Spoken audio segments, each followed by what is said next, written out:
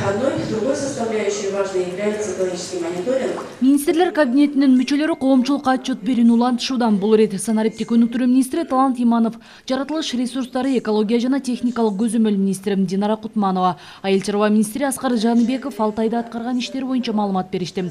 Алгач Динара Кутманова мамлекеттик экологиялык көзөмөл системасы дээрлик жаңыдан курулуп жатканын айтып, Алтайда айлана чөйрөнү булгагандыгы үчүн 136,5 миллион сомдук айып салынганын билдирди. Ошондой эле экологияга келтирилген зыяндын ордун толтуруу үчүн 5 миллион сомдон ашык айып салынып, жаратылыштык коргоо мыйзамдарын бузгандардан 596 миң сом өндүрүлгөн. Буга улай айыл чарба министри быйыл атылган тармакка мурдагыдан 4 эсе көп каражат бөлүнгөнүн билдирип, каралган 26 миллион сомдун 7 миллион сомдон ашык ирригация объектилерин оңдоого, тазалоого жумшалып жатканын айтты. Себеби былтыр дыйкандарга суу жетпей көйгөй жаралган. Ошондуктан азыркыга чейин 114 чакырым чарба аралык каналдарды механикалык тазалоо, 518 гидротехникалык курулмаларды, 101 насостук станцияларды оңдоо, 220 насостук агрегаттарды калыбына келтирүү жүргүзүлүүдө. Жыйын суроо жооп форматында улантылды.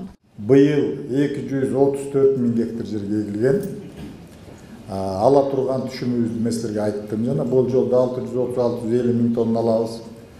Кант кызылчасы былтыркыга караганда былтыр 10.300 гектар эгилген, быйыл 9 миң гектар. Бирок былтыр жыйнаган түшүмүбүз 389 миң тонна болгон. Быйыл, Кудайым буйрса, биз ошол 550-570 миң тонна кант кызылчасын өндүрүп, 65 миң тоннага жакын кумшекер иштеп чыгабыз. Былтыр 45 миң тонна иштеп чыккан.